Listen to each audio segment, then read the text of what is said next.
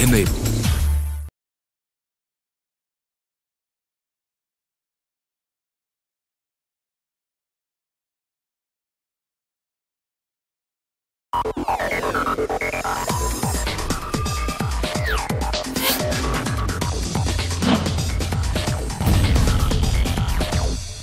Hello and welcome to this special presentation titled Control Your Digital Destiny, presented by Livemint and Hewlett Packard Enterprise.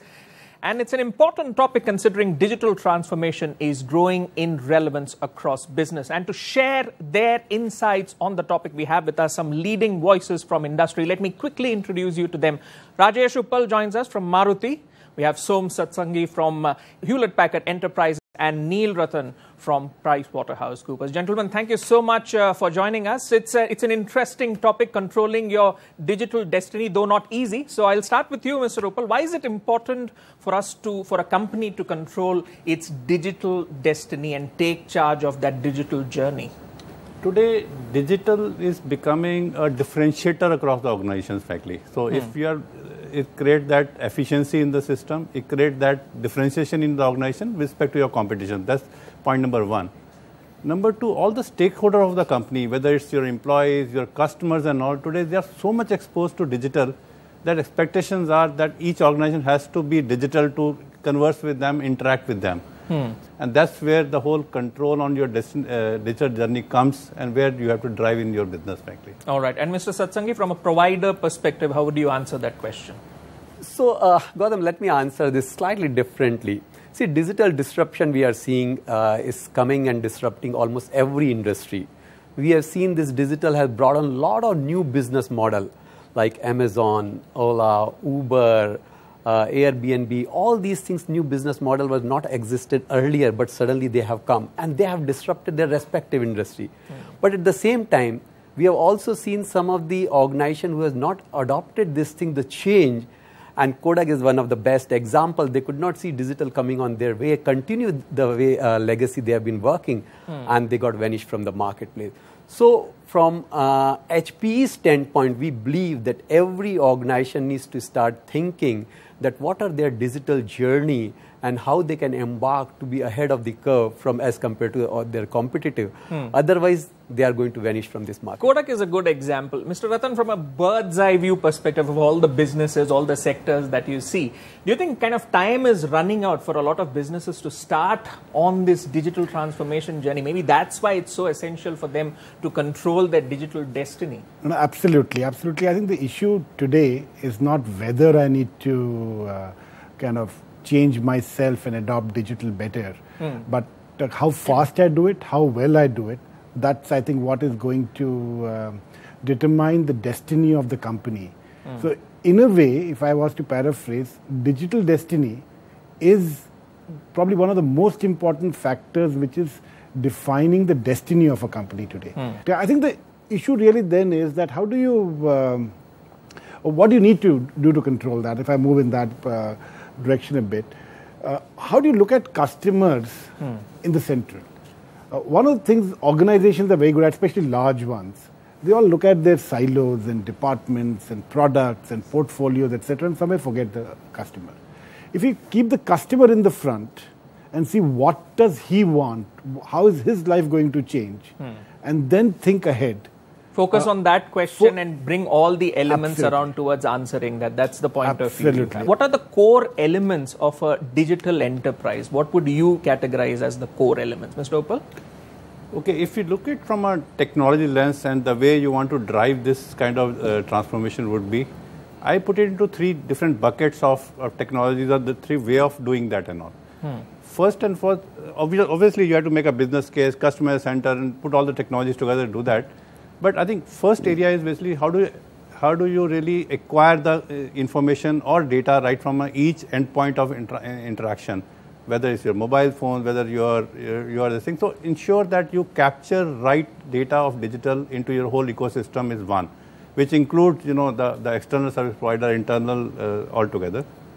Second, very clearly, is when you get all those information from the system, how do you manage that information? And today the volume of that information is tremendous. One interaction or one car may be sending you a terabytes of data to be there. So how do you manage all those data around? And third element of the whole journey would be how to consume this data to take right decision. Some decision could be real time. Some of those decisions could be on a trending basis. How do you do that? So all the three components of acquiring, managing, and consuming that will be the three element of the digital process. And in terms of strategic priorities, what's your follow up on what Mr. Uppal has said, Mr. Satsangi? Digital for every organization to organization and sector to sector also vary.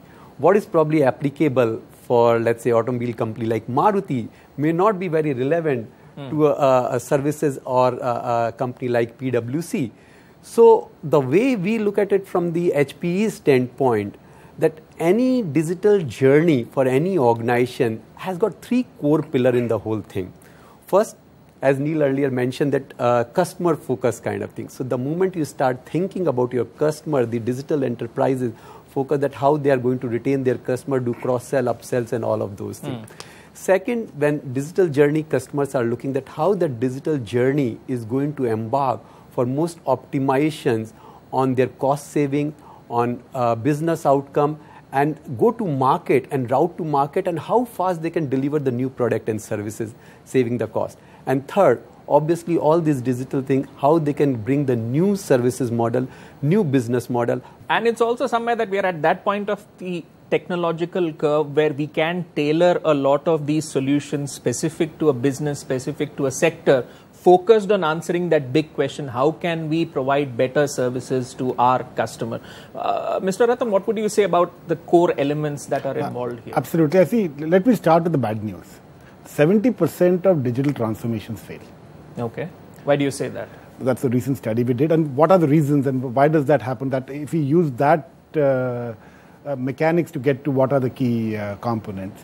First is if we if the vision for digital is not a corporate vision, either you let the CIO alone to drive or you let one group to drive. So somewhere it ought to be either company or CEO's vision executed by the organization. So the whole of the organization needs to get together to do that. That's one important one. Second is the business model, which kind of Som just touched upon. Are you just looking at doing everything that you were doing earlier on your own? Or are you willing to go with an ecosystem approach?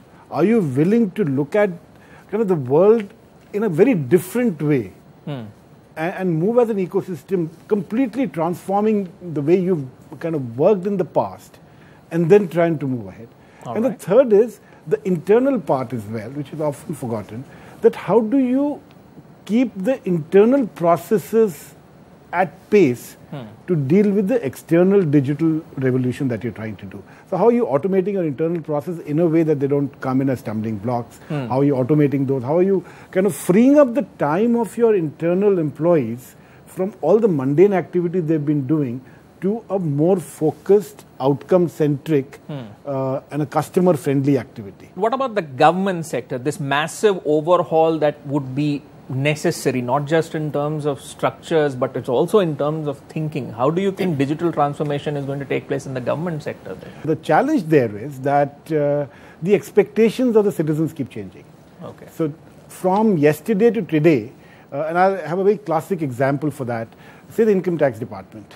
So until 5 years ago, if your refund for a return being filed did not come 4-5 years later, you would start complaining.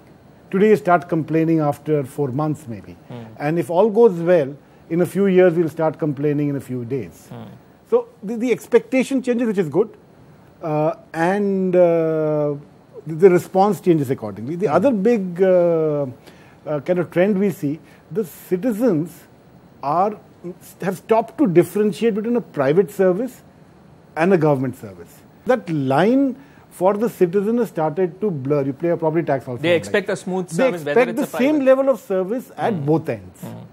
And for the private sector, that also presents challenges, right? Because in terms of delivering to customer expectations, which keep increasing all the time, where, as he mentioned, that you want the speed, the delivery, the insight that you present to your customers. How does Maruti leverage technology to service its customers better? I mean, you have AI, you have machine learning. How does bring it all together to explain to us how Maruti works to service its customers better? Okay, I think one very clearly is it's not a IT journey, it's the organization journey which we have been embarking upon.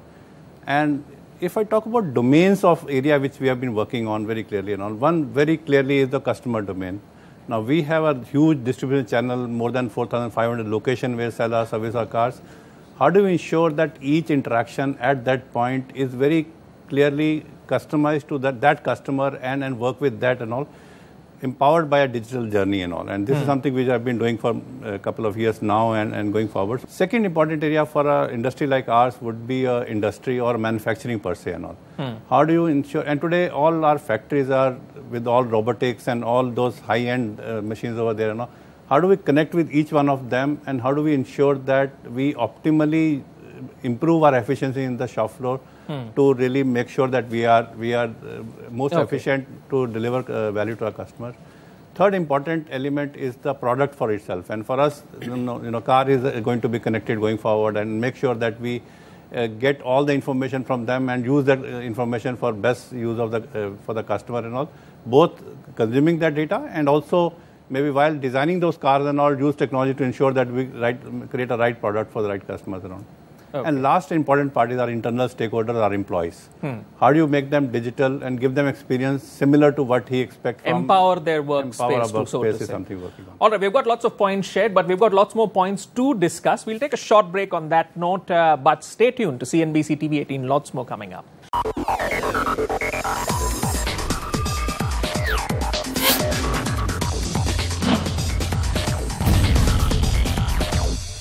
Welcome back to the special presentation titled Control Your Digital Destiny, presented by Livemint and Hewlett Packard Enterprise. Now, before going to the break, Mr. Uppal was explaining to us how Maruti leverages technology to service its customers better.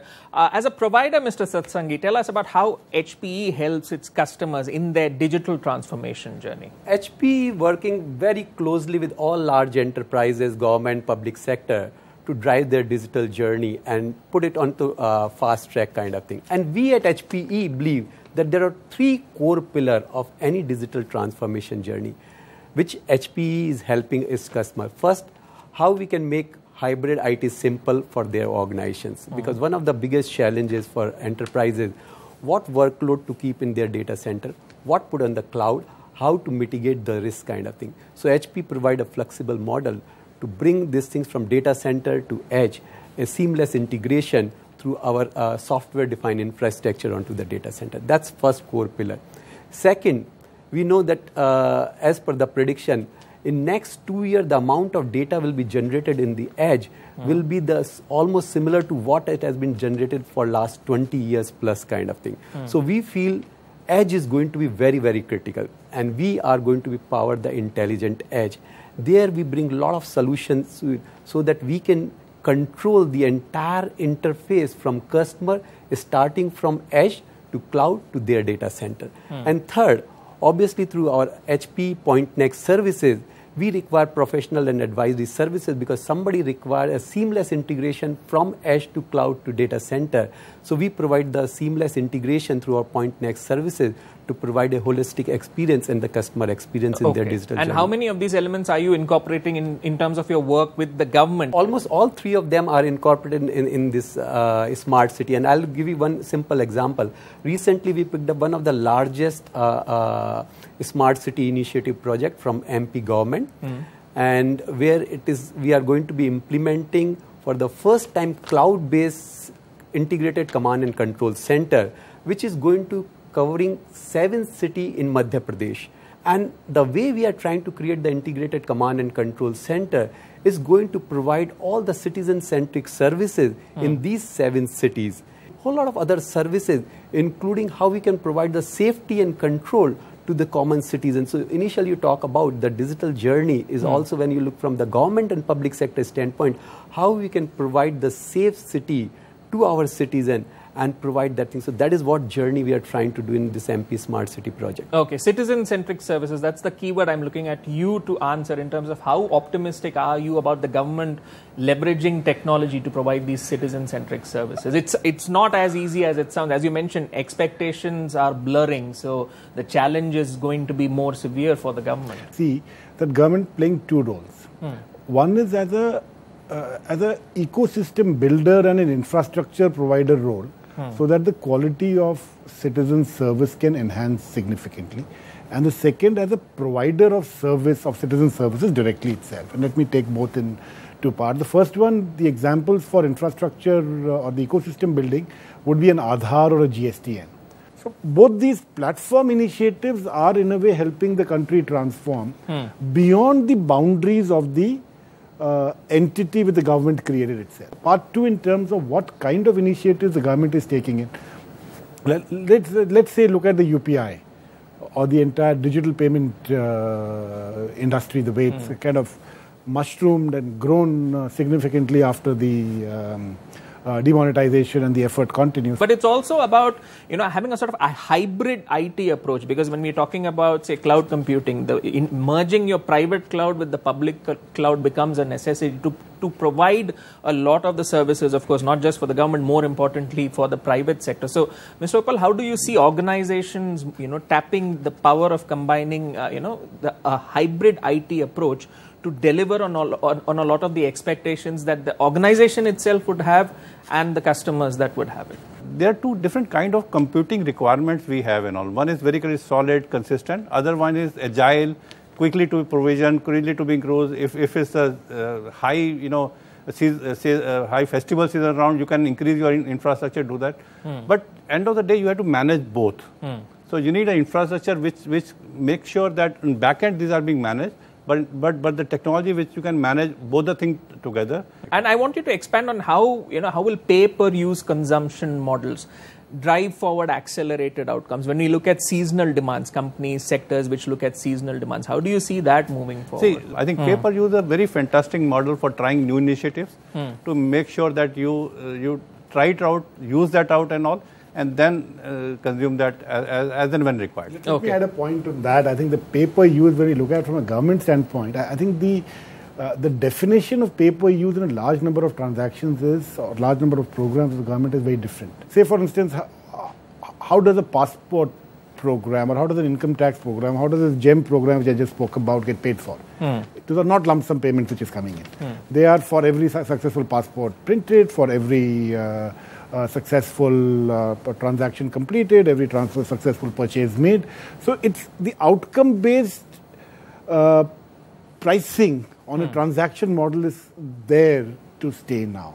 And I think for any provider or the MSP as it comes in, for him to manage those where the volumes may not be very